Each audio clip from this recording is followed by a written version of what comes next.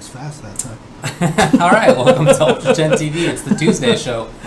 I'm Ultra David. And I'm James Chen. How's everybody going? Everything's going well. Let's talk about a bunch of events that happened over the past weekend. We're going to talk about Kuwait. We'll talk about Absolute Battle. We'll talk about EGX. We'll talk about Ragnarok and all sorts of other stuff. Something happened in San Francisco, apparently, that we'll get to. Yeah, a lot of ranking events this Indeed. weekend. A lot of big ranking events. So, For sure. yeah. And some fun stuff to talk about. Then after that, we'll go over some assorted other things, injuries to players, general BS that happened. Games and game news, upcoming events, and any sort of random nonsense that we feel like blabbing about. So Probably get some of that. We'll see. We'll see. But let's talk first about KO Fighting Game Festival in Kuwait. okay, sure. So this happened in Kuwait, which is in the Middle East. It's a big event. You know, Kuwait and the Middle East in general has a bigger fighting game scene and has had a bigger fighting game scene than I think many people recognized. And it's still there. And there was a Capcom Pro Tour premiere event Yeah. in Kuwait, sort of because of that, which I think is fantastic. It's a part of the world where there are no other majors in that same way. To get to the nearest one, you're going to France, you're going to Singapore, or something like that, Thailand, I guess, Right. very far away. So I think that it's great that people in the Middle East can get there, but of course people from East Asia went there, people from Europe went there. It's sort of in between those two, although quite far, but in between. So I think it's a really good location. Yeah, I mean, I know I've told this story before on stream, but, you know, for those people who haven't heard it yet, when B3 happened, Battle by the Bay, first really major gathering from people from Canada and some from East Coast, but mostly NorCal, SoCal, but this was all gathered and arranged on AGSF2 from the news group days. Some of the foreign people who came out were from Kuwait because they just had a crap ton of money. So they were like, yeah, you know what, let's go. And they came out there and they played super well. And they literally said that it was like 3 guys, and the leader of them was Marwan, right? So that's the name that I remember. Okay. But he literally said that they all just sat in their room and they just had a cabinet, which back then was unheard of. You know, because the arcade was the only, so having the ability to play it at home and train on it whenever you want was unheard of. Right. And that's all they did. And so, like, they could actually do, like, T-Hawk, like, withstand jab into 720, which not a lot of people could do at the time and stuff like that, you know. It was, yeah, so they've been playing Street Fighter for a very, very, very long time. So, like you said, super awesome that they put a premiere event there. Yeah. But, you know, as with most of the premiere events, including the ones in the States, you know, East Asia has kind of been coming up and snatching things up. So They are wont to do that. Yep. But I guess we'll get to the results and we'll talk about that a little bit. Yeah. Okay, sure. So let's talk about the results. As you said, East Asia did pretty well, and of course, many East Asians were there. That's not to say that there isn't good talent there, because there definitely is. Oh yeah. We'll talk about that. So, but I mean, you look at the East Asian players who make it to the top. They're the same ones who make it to the top of every event because they're just some of the best. So what are you gonna do? Okay, so top 8 was WTQ8, which is White Tower Kuwait.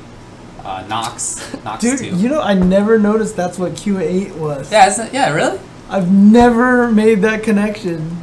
Okay, fair enough. Oh, got a surprise. Yeah. That seems like it's right up your alley. Yeah, I know, but wow, okay. Okay, so anyway, Nox got 7th place with the Rolento, Guy, and Sagat. 7th place also was FA Prodigal Son, Ryan Hart, with Sagat and Yun.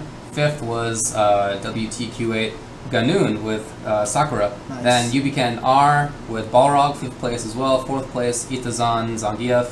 3rd place Latif, Sea Viper. 2nd place stuff. Razor Fudo, Fei Long and Seth. 1st place Razor Shen, Gen and Sagat. Yep, Shen playing gatekeeper there. He is already qualified for Capcom Premier events. So that means the winner, the 2nd place winner, Fudo, gets in. So now he is qualified for the Capcom Cup that will be taking place at the Sony Experience, the Sony PlayStation Experience in December. So nice promo. Yeah. We're gonna have to get used to these Capcom Cup promos again. I guess we soon, will. you Yeah. know? Anyway, Shen is awesome. You know, we've mentioned this before. Maybe I had mentioned this before. He's in my top 4 SF4 players ever. Right, Right in that little small category. In fact, interestingly, if you look at the list of Capcom Cup standings right now, like the top 6 is like, the top 5 is like 4 of those top 5. We'll go over the list. We'll go over the list after we're done with. Like remarkable how much it's like those 4, right, and then like one other person. And it's getting towards the end too. Like I didn't even realize until last week we were talking about this a little bit after the show, but we're actually at home run stretch basically where some people via points are in for sure. You know, I didn't even think. I remember last year we were counting it really closely and carefully. I didn't even think about how close we are to it, and yeah, a lot of people are pretty much locks in there. Like they should do like that ESPN thing where they start not marking the little X, Y's, and Z's next to people's names. Clinched conference. Yeah, yeah, that makes sense. They should do that actually on the site. So. That would be really smart. Yeah. So anyway, Shen is awesome. Fudo. I'm happy that he got there. I think that he's obviously been one of the best players throughout SF4 as well. He's an Evo champion. Champion. His character might be... I'm not sure if anybody else is playing that character in that same way anymore, Fei Long. In fact, he tried to switch to Seth one round, one game. I can't... Like, as a Virtua Fighter player... Someone who's all about, you know, great reads and having really solid fundamentals, I can't even picture Fudo playing Seth. Like his Seth got ripped up. There's nothing about that combination that makes sense to me. Like I can see Fudo playing Ryu more than I can see him playing Seth. You know? Oh, for sure. Yeah, for sure. So. I think of Fudo's strength as being he's excellent at standing at the right spot and then reacting. And he does that, and he of course has great mix-ups, all the other things, but I feel like that's like really where he dominates. Right. Seth is just not that character. Yes. Just not that character. Yes. So his Seth got destroyed, but he did, and so as a result, Shen reset the bracket, and then loses Fei Long otherwise, and it didn't work out. Shen took it. But third place was Latif, formerly Razor Latif. Right? Oh, yeah, that's Isn't right. Uh-huh. Is he just not like a pang of like I'm not sure about that happened at the same time, but right? I think it was. Yeah, yeah. That's so strange that I had that moment of self-doubt. Right. Anyway, yeah, not anymore. Not anymore. I mean, he just. He just hasn't been playing him a lot. Yeah, right. So works and he said that he rarely gets a chance to practice at high level. And actually, you remember he was second place at Evo to Fudo. I know. In fact, yeah, this was a really cool rematch that they had in winners finals, and it was really close. It was 3-2. It was an awesome set. Right. It was an awesome set. I'm really happy for Latif that he can still do that. He is just such a talented player. If you don't know that much about Latif's history, very talented. Second place at Evo in SF4, but even before that in Guilty Gear, one of the best in North America. I mean, he just has a lot of talent, and it's awesome that he's been able to keep it up. So I see here that Shin has Gen and Sagat, right? I didn't get a chance to watch much of this. Okay. I also heard he did well against Itazan because I saw people on Twitter mentioning that he seems to have solved his Zangief problem. I'm going to assume it was Sagat that he used against Itazan, right? Indeed it was. So, okay, yeah. Indeed it was. Fair enough. It was no blow-up. It was 3-2. Okay, but okay. He definitely took it. I'm happy that he has that character. Yeah. And if you're beating Itazan, you can be, you're beating the best Geefs in the world at that point. So that's great for him that he can finally solve that character matchup because it has been a big thorn in his side. Right. I mean, it's really interesting. I mean, this is just, again, that whole thing, the divide between, and we'll get into this probably a little bit more once we talk about Absolute Battle, but the amount of research and strategy that a lot of the Asian players use to solving matchups or players is really, really huge in my opinion. The reason why I bring this up is because the last thing that I just saw on Twitter was that Punko just said that he can't beat Smug's Dudley, so he's learning Elena just to fight Smug. He says that matchup is even. He said Seth Dudley is even, but he can't beat Smug. Interesting. So he's learning Elena just to fight Smug. That's not smart. to fight Dudley, but to fight a certain player. Yeah. You know what I mean? So, but I mean, that's the kind of preparation that they have here.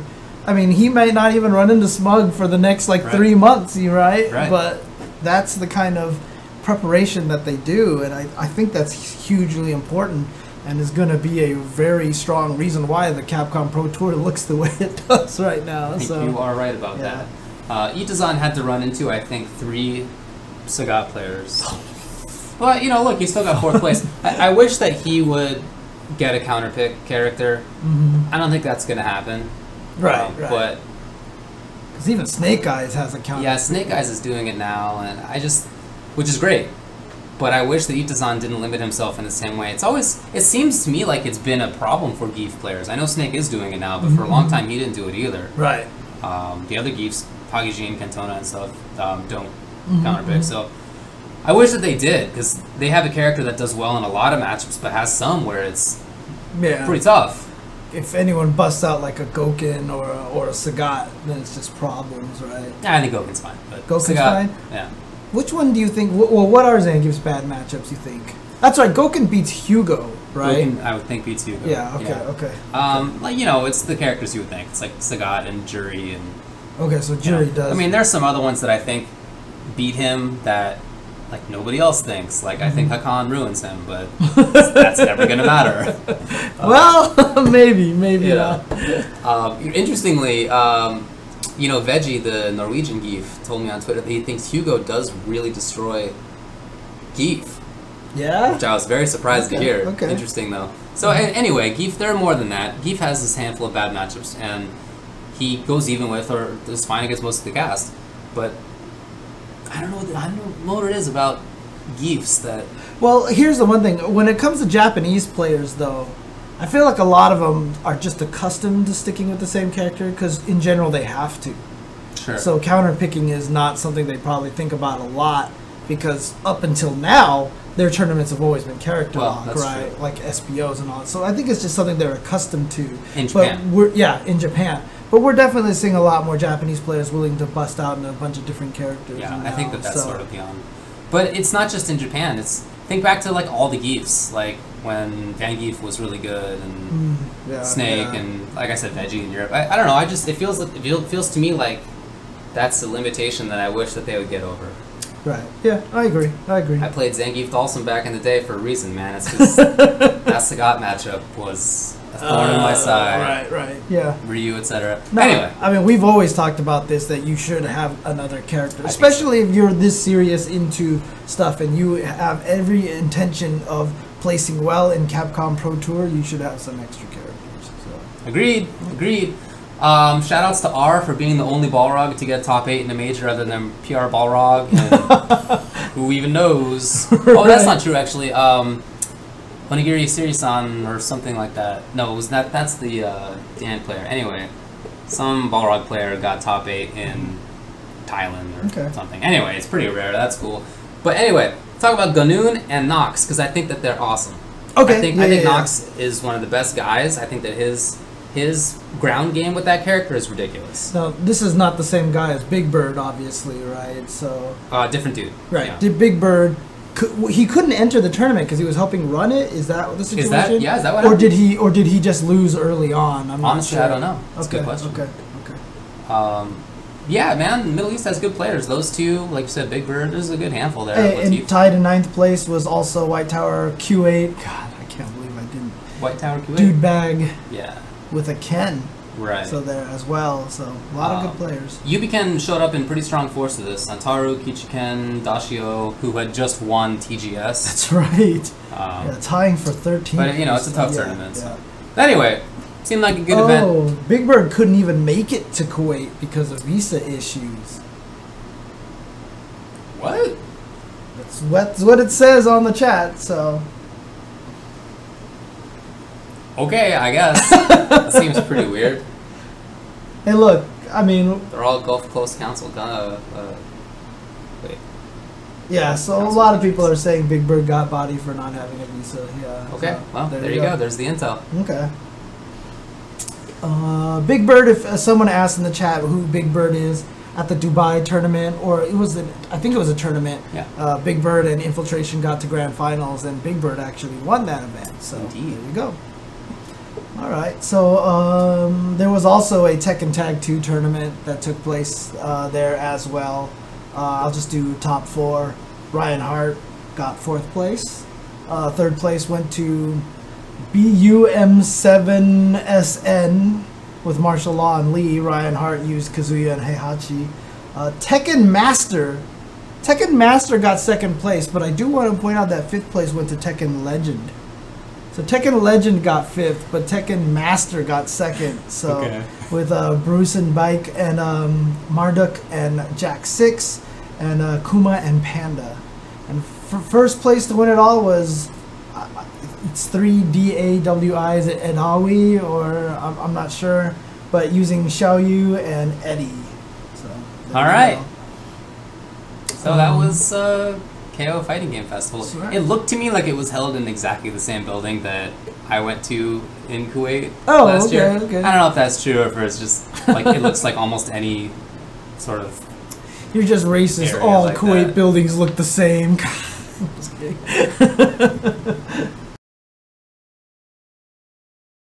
Oh man. Okay, well, let's jump over back to the United States here. Sure. Let's talk a little bit about Absolute Battle 6. Okay, tournament in Texas that Pretty much run by Panda X Gaming, right? I think he did the stream side of it. I'm not sure if he was the tournament organizer. Okay. Because I know it's Panda X Gaming is also the guy who always runs the exhibitions, the fight nights, right? Yes. Yeah. So I mean, he seems to have a lot of I know he worked hands closely in with hands sure. in this event. So and look, the production value was really nice. People were giving him props. Yeah, The whole I stream heard a crew lot on about props that. on Twitter. It looks like he's really expanded things, which is fantastic. I've often thought that the streams that are on the come up are the ones where most of the interesting innovation happens. I thought that was the case when I Play Winner was starting, Level Up was starting, Spooky. They all had those things, and they've sort of figured it out and like are more or less doing the same thing now. yeah, I mean, I would actually put Level Up in a little bit of a different. Maybe Level Up is still innovating. because Yeah, they I always guess come you're up right. with some crazy things. No, you're right. And You're stuff right like about that. So You're right about that. But yeah, and, you know, some of the things that were on the stream were not necessarily new. We've seen player cards, interviews, stuff like that. But it was just all put together really well. Yeah, I mean the motion graphics that they had for Yeah. switching and stuff like that was very professionally done. And they also, the one thing that they did was, what I liked was that he was a very active streamer in that while the matches were going, he kept switching between player cams and game cams very quickly and at very key spots. Like he was very much paying attention, like round ends, switch, show the reaction, round, starts back, you know, and even like when ultras were landing, like when Hakan ultras were taking a while, he would switch away and then switch You'd have back. dual screen, right, on those things, So it was actually really cool that I really like that. That's something that I feel often gets missed by many streamers. They just leave it on the match, which is, I mean, it's obviously more important than leaving it on the players, but if what's better is to do what you mentioned. Yeah, it was really interesting because I remember one time Mondo let me take the reins at Wednesday Night Fights. And I remember, like, I was just like, this is fun. And I was just, like, switching the angles all day. I mean, heck, I even set up camera angles for here, and I would be still using them if it wasn't, like...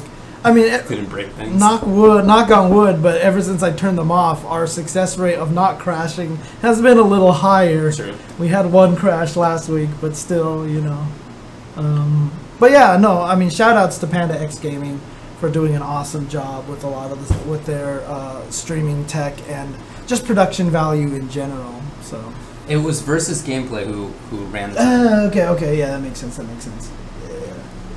Seemed like a really good event, and I love that they do the fight night, you know, the Pentagon stuff. We'll talk about that though. Want to get to the results? Yes. Okay, Ultra Street Fighter 4. Keep in mind, mostly players from Texas and the South, etc., sort of Midwest. But there are also players there from the East Coast of the U.S. and from the West Coast as well. So, top 8 was F99 Driftwood, the Fighting 99 for the podcast that they do. Driftwood Fei Long, top 8. Also 7th place, Epic GOL Boy Toy with Chun-Li and Poison. 5th was Magneto 1080p with Elena. 5th also BP Broly Legs, Chun-Li. 4th BOTB Vagabond, Evil Ryu and Yun. 3rd was EGK Brad Cammy.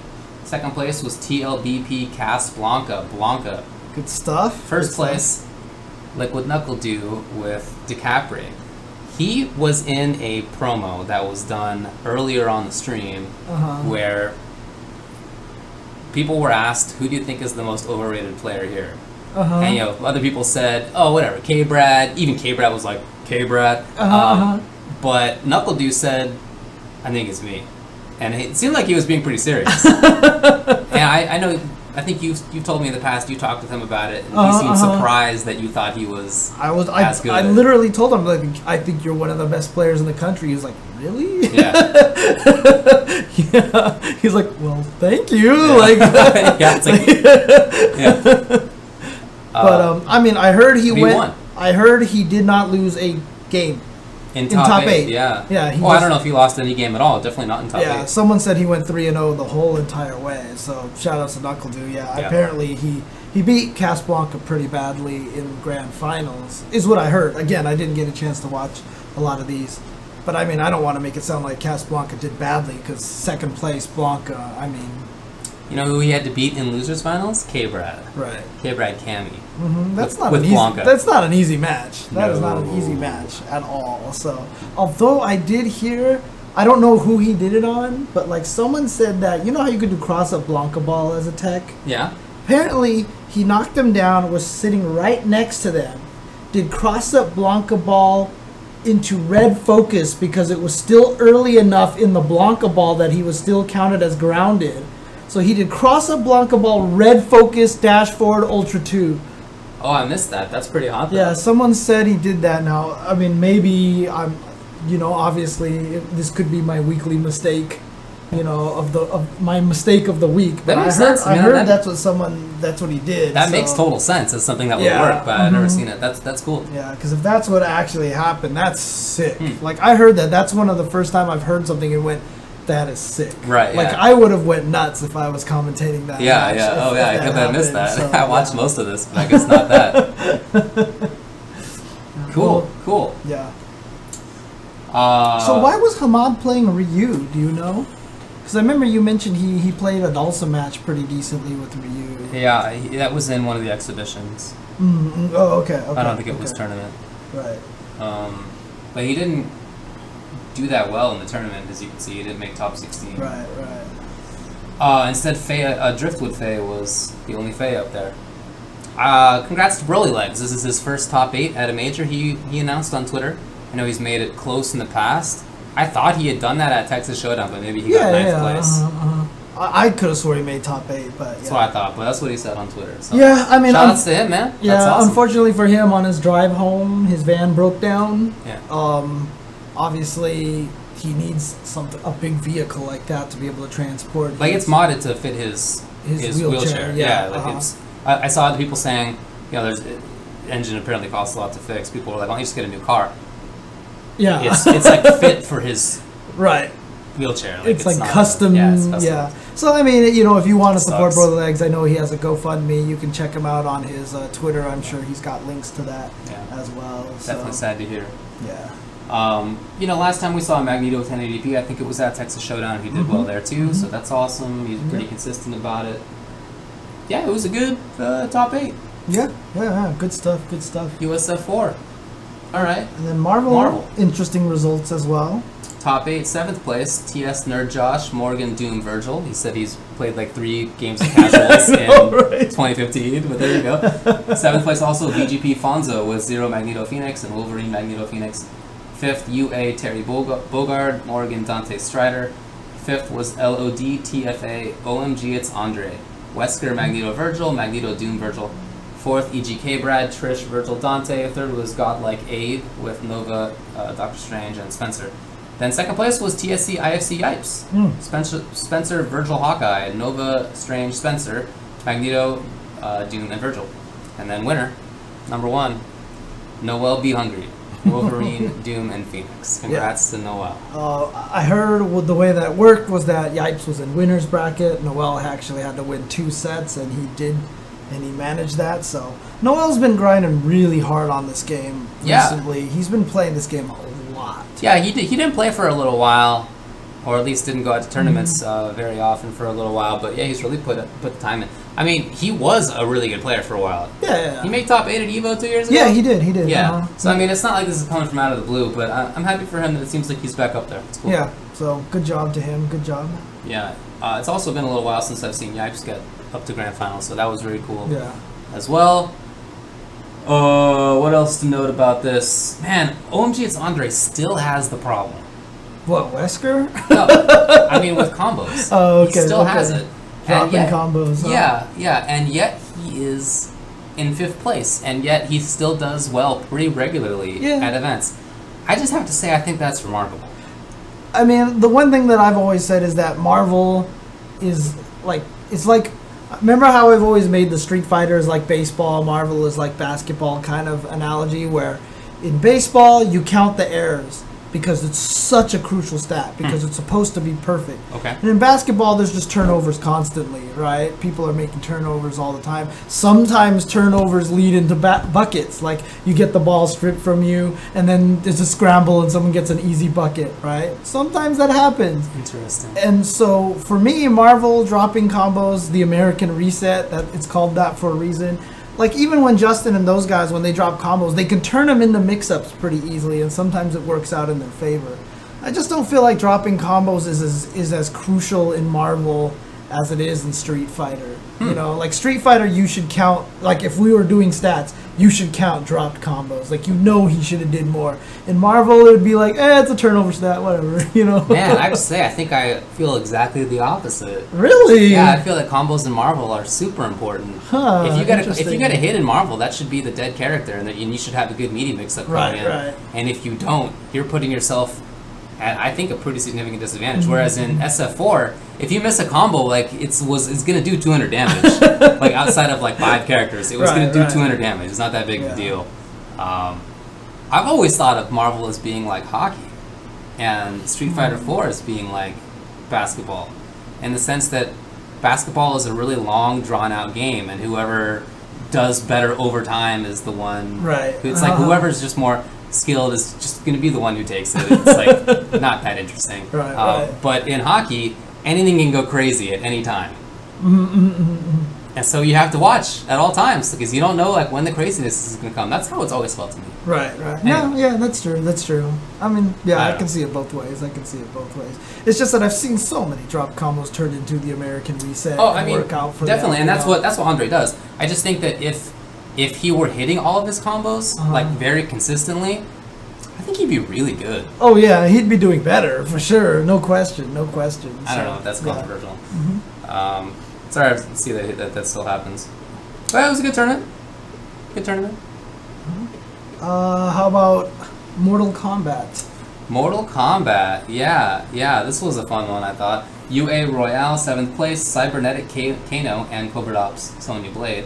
7th was TSC Manny. I guess that's what he's going by. Right, Steam Company.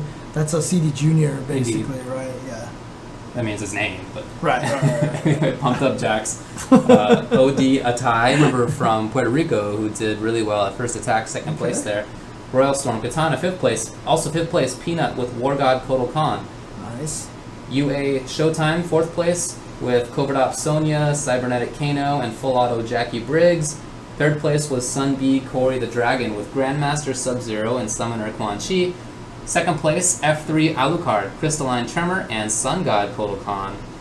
1st place, UA Scar, Demolition Sonya Blade, and Special Forces Sonya Blade. I thought it was really fun because you usually, when you see Sonya, it's, in my opinion, a really boring character. She's just a very basic mix-up character. Right. But he played the other variations where she has the drone and where she has the grenades that she throws out, and there's a lot of interesting little tricks that come in there that I thought were really fun. That's cool. I mean, it's just rare for me to see a Mortal Kombat tournament that's not Yomi, but I mean... They didn't go. Yeah, so I'm guessing they didn't show up. Indeed. So, yeah. Indeed. Alucard, of course, doing well. I really like his Crystalline Tremor. It's cool to see that he's gone with Sun God Kotal Khan now. So personally, I think that's the better choice in many matchups, but not necessarily. Peanut got 5th with War God Kotal Khan still, so... interesting thing about this patch is that there's just a lot of different characters going on in there, a lot of different variations of the same characters going on in there. So I think that that's really fun. It points to it not being terribly imbalanced. I think it's awesome that there were 2 Kanos and 2 Kodals. I think that's something you're going to see more often. The character's really good. All they needed to add was some more Goros up there. It's like yeah, that would be sweet. That'd be the Ultra David Mortal Kombat tournament. So. Corey the Dragon got destroyed by Alucard in an exhibition match. Oh, really? I guess we'll talk about that again. Okay. But he came back and actually beat Alucard in top 8 with Grandmaster Sub, and then lost later on. So I thought that was a cool little back and forth. Anyway, Killer Instinct, 7th place, Nasser with Orchid. 7th place also, UA Base with Spinal. 5th, Papa Hank Hill. So good. TJ Combo. 5th, also Julio with Riptor.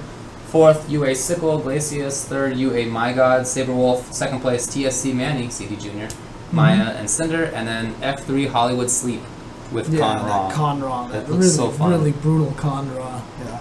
Again, I remember watching CD Jr. and Sleep play an exhibition at a Combo Breaker earlier in the year, and that did not go well for CD Jr. So he was using Maya at the time, and he could not win. So I'm wondering if Cinder was just designed just for that particular matchup. So yeah, but yeah, that's a different Julio, by the way. So that's, yes, WHOLIO. Yeah, Julio. Yeah. So, all right. So we also had some Guilty Gear Exerd sign going. Indeed. 7th place, VGP Nash fan with May. 7th place also Raph with Axel. Oh, nice. 5th, Stone with Venom. And Silent with Bedman. 4th was Sunfish Venom. 3rd was TS Nerd Josh with Elfelt.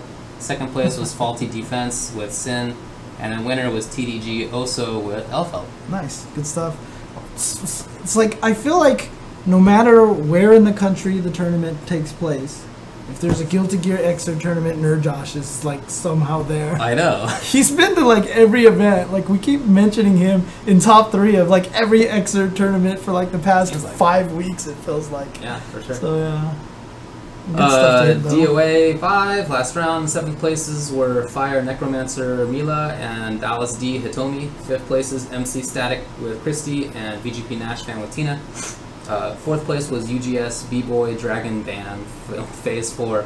3rd place was Master with Hayabusa. 2nd place was UDLR SRM Hoodless with Rig and Jackie. And then winner was Sweet Revenge with Gen. Gen Fu. God, there's a lot of games here at Apparently there were. Yeah, I didn't realize all So, that. I mean, like Smash, for example, Smash Wii U, top 4. I guess we can just do Sassy with Rob. T-Lock Denti with Sheik. HTX SU, The Wall with Yoshi, and Karna with Sheik. So Sheik now I think is the decided top character in the States after Diddy got nerfed a few times. Top 4 in Super Smash Bros. Melee was Ian with Falcon, Leisure with Falcon, Fox and Falco, Rich with Peach and Samus, and Blue ZAF with Jigglypuff and Marth. And then Persona 4 Arena Ultimax. 4th place was P4, I guess is how you pronounce it. Scotty Yosh in 3rd place, Sunfish in 2nd place, and 1st place was TWG Genius Champion. Seems like an appropriate name. I like that name, yeah. If you're gonna win, better not lose. Blaze Wow, I just went fob. I went full fob there. Blaze Blue, Chrono Phantasma Extend. 4th place was TWG Genius Champion. Ooh, didn't win. Yes. 3rd was Beta Dude. 2nd, Sunfish. And 1st was Milk Kaicho. And then Tekken Tag 2. 4th place was Brule. 3rd place was Lazy. 2nd place was JCH Natra or JChnatra. And 1st was F3GM. They did not have the characters listed for these events. So. Indeed. Mission complete. I guess this doesn't have the results for Fight Night. Oh yeah, you're right. I didn't see it anywhere in this recap, but we did want to mention it a little bit. Yes. I did particularly want to talk about the Crack Fiend and Tommy Guns matchup. Okay. Obviously, in Street Fighter 4. Yeah, it was kind of one of like the big ticket items. It was. You know, everyone was talking about it. I guess Tommy Guns talked trash about NorCal, and apparently he was supposed to play Crack at Evo, didn't play him. He was supposed to go to NorCal, he didn't go up. So when this came up, Crack Fiend found the opportunity to head out there and basically show him what's up and such. And Crack Fiend didn't even enter the tournament, by the way. Oh, really? He only went before the fight night. Wow. Yeah. Okay. But yeah, he went there to. I mean, he's even stated like he wasn't there to beat Tommy Guns. He was there to embarrass him. Like he wanted to just like retire him kind of situation. Okay. And that didn't work out so well. Yeah. It didn't work out, so. I mean, it wasn't awful. But, yeah, he lost to Tommy Guns Hakan. And it seemed like he didn't expect the Hakan pick. But he had announced it even beforehand. It was no secret. Right. Tommy Guns was like, "You're not ready for my Hakan." Yeah. Like, he literally said that.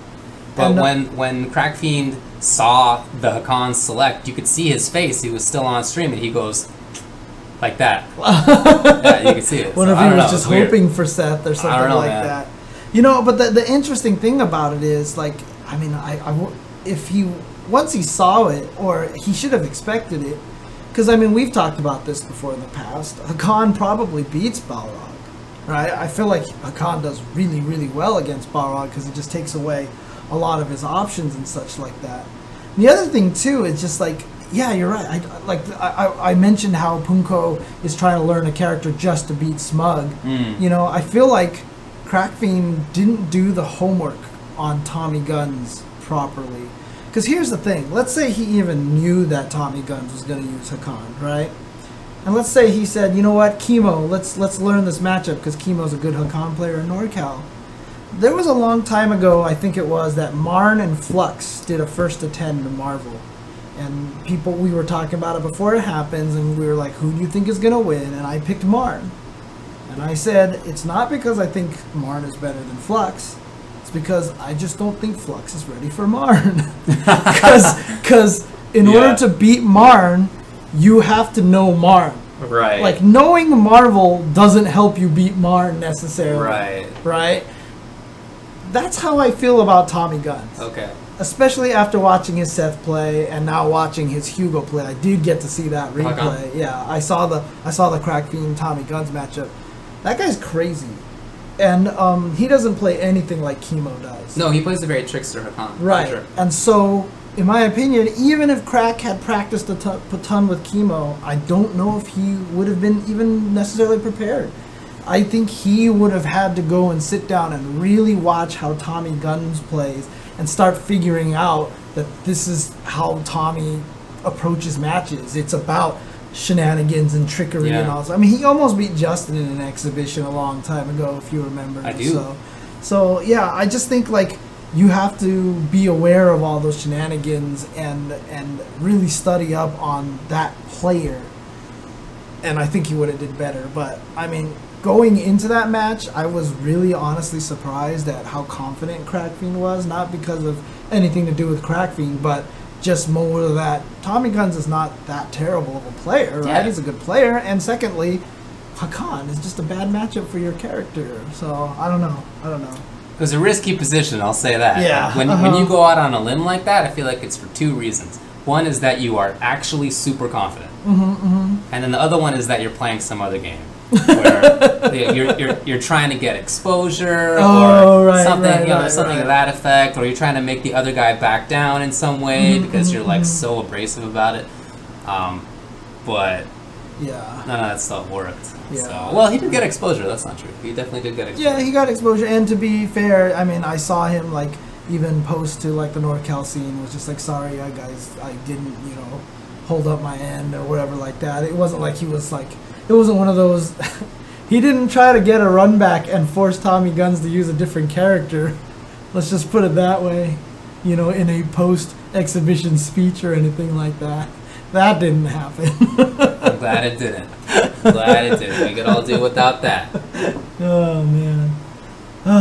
But yeah, so. But very cool exhibitions. Shout outs to Hamad also for beating Hypersurge Sim, a good sim player with Ryu. Oh, okay. A matchup that a lot of people think is really bad. Not really. It's not. I really don't think it is. It's maybe a slight win for Sim or maybe even. But you have to be really knowledgeable as the Ryu to make that happen. And I didn't know that Hamad played Ryu to that sort of knowledgeable degree. But it was really cool to see. That is cool. That is cool to see. It's always fun to see good players use different characters and see how they would use that character. So, especially if it's just like an exhibition like that and stuff. But I mean, I will say this. Matchup. Yeah, I mean, going back once again, I actually really liked how Tommy played Hakan. I felt like he really brought out a lot of Hakan's craziness and a lot of the tricks. And was able to win by using a lot of things that Crack wasn't ready for and such like that. And he was landing all the combos like the low jab, stand short into slide and all these things like that. It was just that, you know, we've always mentioned that not a lot of good execution players have taken Hakan. Even the Japanese Hakan player thinks Hakan sucks. So you can kind of tell he's playing him more on a kind of a, you know, like trolley kind of, I'm having fun with my low tier character kind of thing. Whereas I feel like Tommy Guns really looks like he feels like Hakan is a good character and he really likes how he fits for him and such like that. So. I wish that he would bring in more of the solid part of Hakan's game. Hakan has good anti-airs and good footsies. Even in a matchup like Balrog, his buttons keep up. But I didn't see any of that stuff, so... But look, if you're playing against a player in a long set and you do the DDT twice and the opponent doesn't get out of it those 2 times, you're like, yes, yes, yep, it is time to be a terrorist with this character, and that's exactly what he did. So, good job, good job. And so I want to see, again, we're already at the end of Street Fighter 4 life. So I don't know if we're going to see any upcoming Hakans. No. What's going to take, you know what it's going to take? It's going to be when Street Fighter 4 ends up on Fightcade. Like 10 years later, and people discover that Hakan is like one of the best characters, and that one guy who sits there and play Fightcade for like 17 hours straight is going to use Hakan and kill everybody. So. But really, it might be something like that, where there's some corner arcade in Japan where that game stays alive, like the few arcades in Japan where Third Strike has stayed alive, and they just get really good at the game, and they figure out like, oh, actually Hugo's not that bad, like it happened in Third Strike, you know, or like Yang is actually pretty good, or you even know? like the CVS2 where they're using Dulcim Maki Geese or whatever like that, exactly. Yeah, Dulcim Maki Rolento, Anyway, fun event. Oh man. Okay. All right, so another event. Did you want to take a break before we go on to these next? No, I think we can probably get through these two. So this one was a ranking event, which is EGX Pro Tour, which took place. Where did this one take place? In UK, this is Birmingham, UK. Yeah, some interesting results here as well. So 7th place was Flawless Deku, tied with Afi Poison. Afi Poison. That was the player that did really well in a recent. Yeah, he got 2nd place. Right? 5th place was Gonzalez from Japan with Seth. Sick. And PXP KIG Problem X with Seth. Seth at 5th place. Interesting. 4th place was Deku WSO Andreas Rufus. Is he sponsored by Flawless Deku? Because Flawless Deku is not even part of Team Deku. But Andreas is part of Team Deku. Seems kind of odd to me. I'm not sure what the story is, dude. But 3rd place was FA Prodigal Son, a.k.a. Ryan Hart. 2nd place was YP Valmaster. And 1st place was MD Luffy. Okay. Basically, Luffy, a.k.a. there is no collusion in Europe. Because Luffy's already qualified by points, right? So a lot of people are saying that this was really important for Valmaster to get some extra points. So, you know, Luffy should have just like split, or like just Valmaster should have been like, yo, I'll give you 1st place prize. No, Luffy was like, no, screw you. Good stuff. So shout outs to Luffy. Good stuff to him. Playing gatekeepers to his own teammates, to his own continent mates, I should say, Yeah. So. Somehow Reinhardt got top 8 in Kuwait and then 3rd place in You're right. England, I didn't even think about 2 that. days later or something. I didn't even think about that. Yeah, like I understand going from Kuwait to England is not like going from Kuwait to California, but like still, It's quite a flight. It's just like, okay, it's see ya, Kuwait. Time to go back to England and get third place in another major. Hey, well, you know what? I mean, he might be on the point hunt right now. Yeah. And it's really important for him to get these points right now. Well, he's working on it. Yeah. So good stuff to him. But yeah, again, shout outs to that European scene. Very, very strong players in Europe. Again, I still think overall Europe is probably stronger than the States. Totally possible. So, yeah, hopefully we'll be able to see a lot of them at Capcom Cup. We can talk about the standings really quick before we take a break if you want. Oh, wasn't there one more? Oh, did I? Yeah, miss there was. one? The Call of Ragnarok. Oh, I accidentally closed that tab. Oh, well, I got it. Don't worry about it. Go for it. Yeah, this was in Oslo, Norway. Oh, yes. Norwegian tournament, and it was also a ranking event. Mm-hmm. Top 8, Ultra Street Fighter 4. 7th place was PAX with Cody. 7th also IND Thunderbear Cody. Really? 5th place was BX3 TP Link Veggie Zangief Feilong. Oh, he does play another character. Oh, I didn't get to see this event. Okay, You can probably tell, unfortunately. 5th place Pro Fluke with El Fuerte. So Pro Fluke left his home country and went to Norway for a tournament over there. That's pretty sick, actually. I would. Look, anyway, I was gonna say I would love to travel far like that, but actually England to Norway is like super close. Yeah, it's nothing like it's super close. You just take a hop over. Do you think probably take a ferry or something. Do you think it's closer than SoCal to NorCal? It might be. If not by much. Right. Yeah. Anyway, 4th place PXP KIG Problem X. Wait. What day was this? Okay, so I guess they probably just went to both. This was on, I'm not sure if I have this info. September 26th was the results. EGX Pro Tour. It says Saturday 26th and Sunday the 27th. The 27th. Wow. Okay, so people went to both. That is the point hunt. Shout outs to dedication there, dude. That's awesome. For sure. In fact, some of the other results make this more clear. So Problem X 4th place, Seth and Viper. 3rd place, BX3 TP Link Phenom, Bison. 2nd place, Gonzalez with Seth, who got top 8. That's right, yeah. At EGX. And then winner, Yubiken Shiro. Ooh, good stuff, Abel. good stuff. Nice. So, nice. Okay. I mean, the one thing that I love about these tournaments is we keep going through all these tournaments. Again, the character variety is ridiculous. The character balance of Ultra Street Fighter 4 is actually really, really impressive. Yeah, for sure. Every tournament, it's like a different character all the time, finishing. 2 Codys in top 8. Yeah. But, I mean, also that just comes down to the fact that Ultra Street Fighter 4 also just has the most top players in that game. Yeah, for sure. The people are just super good at that game, so... It's definitely the most explored Street Fighter game. Like, maybe ever, or... Definitely more than the other Street Fighter games. I don't know about, like, fighting game overall? Probably. Yeah. Probably overall fighting like, games. even more than Third Strike, even more for sure more than Third Strike. Yeah. Oh, for sure. Okay. In my opinion. I don't know, I'm just trying to think about whether, like, maybe Melee or something like that. Oh, I see what you're saying. Right. I don't know. Anyway. Okay. You know who got 13th place? TSM Leffen. Oh, really? That's awesome. What character did he use? Does it say? Does not say. Oh, okay. Good stuff. Alrighty. Melee also happened. That's probably why Leffen was there. 7th place, Sverre with Captain Falcon. Yuna with Peach. 5th, Flick Flack Fox. 5th, Peachips Fox. 3rd, Chris with Marth and Fox. 2nd place, TT8PP Android Sheik. And then TSM Leffen won it, Fox and Marth. Nice. Good stuff. Not a surprise that he took that event. So. Yeah. Alright, let's talk about might as well just continue. Okay, yeah, no problem. So obviously these are all ranking events and one premier event, so lots of shuffling here with the standings. I do believe Capcom Pro Tour has them updated now. And right now it's not looking good for the US. It's not looking good for the US. You know, I think it looks better than I thought it was gonna look, even, to be honest.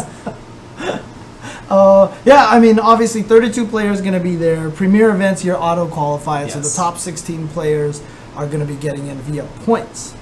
The only person who got in basically for free was Momochi because he's last year's champion. Yeah. But he also won EVO, so he would have gotten in no matter what. So he's in first place right now with 1,300 points. Infiltration second place with 1,076 points. GamerBee in third place with 708 points. And Razor Shin in fourth place with 668 points. All four of those guys are auto-qualified, and all four of those guys were in your list of like greatest Street Fighter 4 players ever. My top 5 personally, and not necessarily in order, is Momochi, Infiltration, GamerBee, Shen, and Daigo.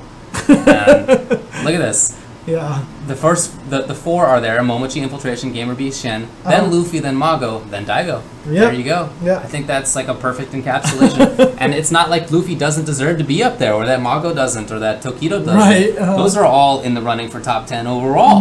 Yeah. In SF4's history. So this is going to be quite an event, I would say. Luffy is making it in via points so far with 580 points at 5th place. Mago, 6th place with 548 points, but he's auto-qualified. Daigo 2 points behind, 546, also auto-qualified.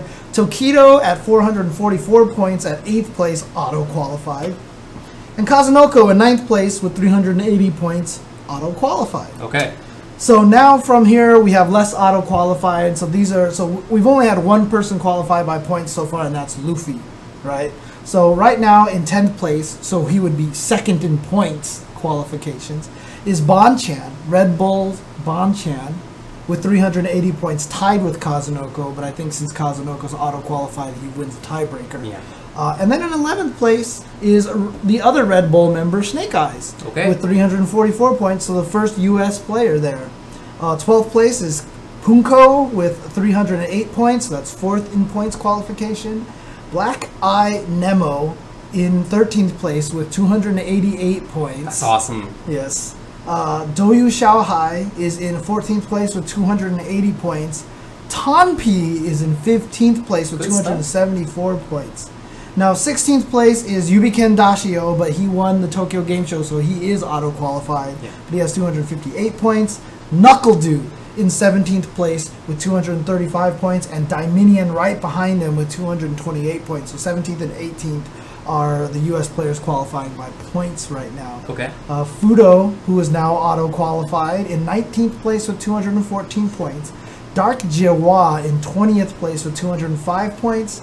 Justin Wong in 21st place with 178 points.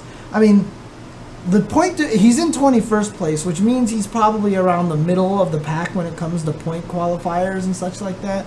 I don't think he's safe by any stretch of the means right now, because the point differential here, I mean, let's put it this way. 21st place to 25th place is 178, 177, 174, 174, 171. Point differential is not that high. It's very easy to fall at this point in time. But right after Justin comes Yubiken Shiro with 177 points at 22nd place. 23rd is Problem X. Sweet. At 174 points, tied with Winter Fox's 801 Strider. All right. With 174 points. 25th is Canada Cup Gaming Human Bomb at 171 points. 26th is Razor Itabashi Zangief at 148. Mise at 27th with 140. 28th is EG PR Balrog, and 29th is EG Ricky Ortiz. They both have 98 points. Razor Gact right behind there at 30th place with 96 points. Ryan Hart, the prodigal son, with 92 points, so his point farming seems to be kind of working here. Yeah. And then 32nd was Gonzalez, also with 92 points. Yeah, and so Gonzalez, Ryan Hart, both traveling around at those last two tournaments that we mentioned, but on top of that, a bunch of those people have been traveling around all over the place, because those seats are not safe towards the end there. Yeah, and I'm trying to see if there's any more qualifiers that are down at the bottom. Remember how like Nishikin got in? Oh, no, that's it. That's it. Okay, that's it. Okay. So the qualifiers, cool. They're all pretty high up there. Go back to that last list and just say who's right behind, because there are people who are right behind. Oh, okay. So Val Masters at 82 points in 33rd. Koji KOG 72 points. Latif at 72 points. Phenom at 70 points. Storm Kubo at 68 points. II with 68 points. Sako at 64. MOV at 64, and Infectious at 64. Tren at 59. K-Brad at 56. Smug at 52.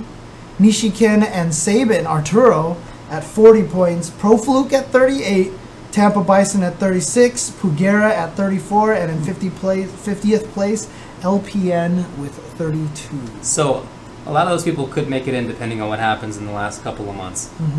It's going to be really close, but even as is, you know, you mentioned that the U.S. might not be doing so well. Personally, I think that is fantastic. I feel like that is like almost best case scenario for American players. That there are, how many? There's Knuckle-Dew, there's Snake Eyes Knuckle-Dew, Dominion, Justin, Strider, Pierre Ricky. That's basically it in top 32. Currently 7 players out of the top 32 is definitely more than I might expect. Yeah, and to it's be not going to end up like that. Well, it might not end up like that. Yeah. Some of those players might not end up in there, but we'll see. Yeah, and to be fair, I think that is a pretty good representation of the top of the U.S. right now. Oh, sure. I would love to see Smug a little bit higher, but of obviously course. with school, he's been traveling less. K-Brad, obviously, another player doing pretty well. That'd be sick if Arturo made it in there somehow. Yeah. So, yeah, and then Tampa Bison as well. Yeah, who's been playing very well lately. But yeah, I mean, right now, I would say top 3 U.S. players are Snake Eyes, Knuckle-Dew, and Dominion in no particular order. So I'm not surprised to see those 3 at the highest up there. And it's going to be really interesting to see how Snake Eyes does, actually, because he's still in Japan. He's still out there. True. Yeah, I saw him out there. So he's been training a lot. He's been talking about how he's just been training all day and just like playing long sets with some of these Japanese players. Did you see any of those? No, I didn't. Oh, yo, his set against Nemo was ridiculous. He had a first to 10 against Nemo, against Eita, and then I want to say Machobo. Damn. They were so sick, dude. The one against Nemo was like Nemo rattled off 4 in a row, and then Snake Eyes won like 8 in a row. What? And then Nemo came all the way back. And it was like this awesome set. It was so Was that sick. Zangief Rolento? Yeah. See, that's perfect. See, that's the kind of experience that he needs. You know what I mean? To be able to get to the point where he can start winning a lot of these bad matchups. And in fact, even when he played II in Tokyo Game Show, he got beat up at first, but it looked like he picked it up as it went, you know. So that's the kind of experience he needs, that footsie's experience with the really, really ridiculously strong footsie kind of players that Japan has, that is abundant of. So he also counterpicked Eita, not counterpicked, but he picked Evil Ryu against Eita rather than Geef.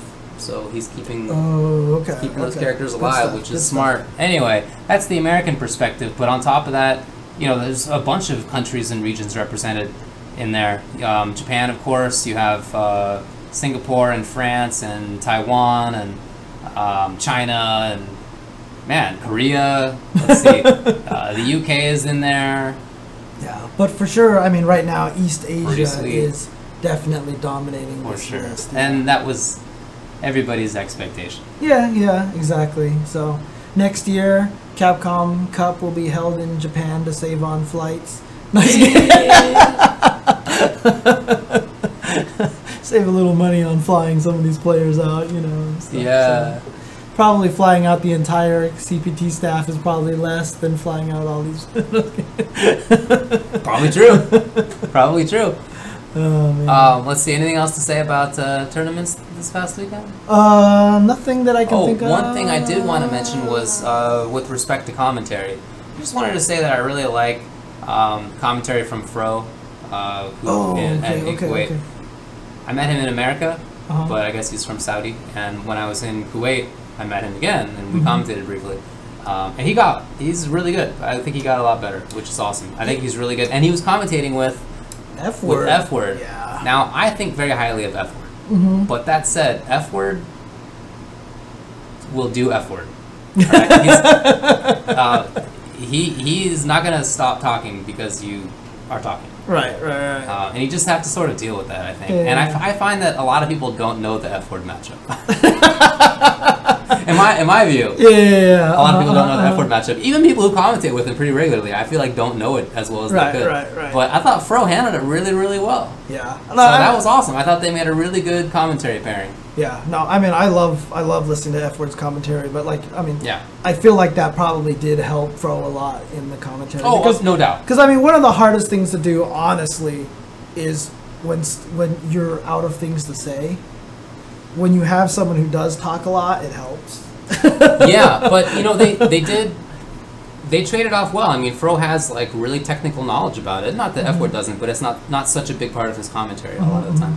But Fro brought that in. I thought that they matched really well, the hype guy and the sort of info guy, and commentary is definitely becoming is becoming bigger and more important. I used to say a long time ago that, you know, in all of the roles like TOs, players, sponsors, producers, streamers, all these things, I always felt like commentators were kind of at the bottom end of importance. Like I felt like that was kind of the thing that could slack on the most and things would still go well. It's starting to feel less like that to me now. I think that's still the case for people who know fighting games really well.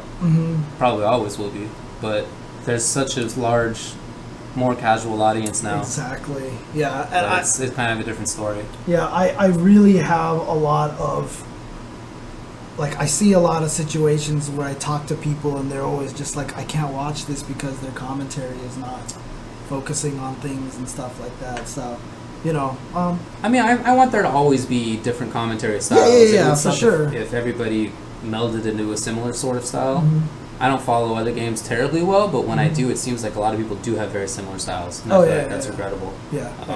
But I like in fighting games that people commentate differently.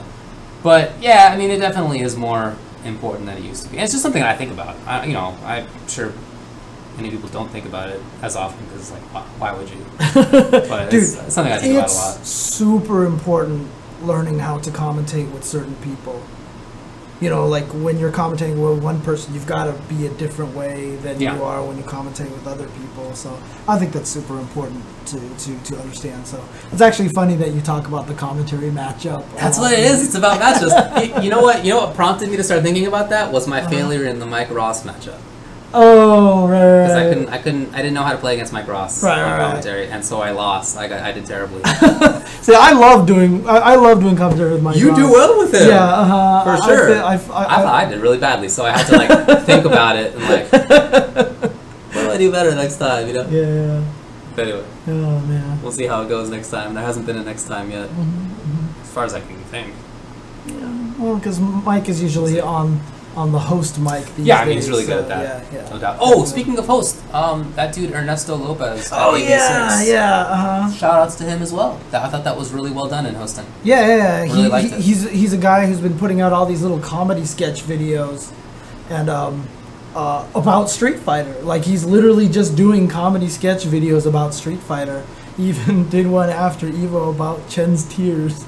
Yeah, saw it. It was funny. And so shout outs to that guy. I mean, that's a role that we definitely need more people to fill, like really good hosts and hype men and kind of things like that. So it's a lot of roles, lots of different positions, and a lot of them that we don't even know exist yet. You know what I mean? As we get bigger and bigger, we'll find out that, you know what, someone did this, and it was really cool that someone filled that role. And no one would have thought about it. And then, I mean, like, even to this day, we still need that guy who's running up to us and handing us stats. You know, the stat hander, sure. the stats handing to the commentators guy. Otherwise, we spend all our time going, wait, is it 3 frames? Is it 4 frames? Wait, what tournament did he beat him at? It was that one tournament. Well, anyways, let's go on with the match, you know. Starting to get fixed. Yeah. Starting to get fixed. Exactly. So, oh, man. Okay. All right, now we can take a break. Okay, let's take a break. An hour into it. All right, be right back.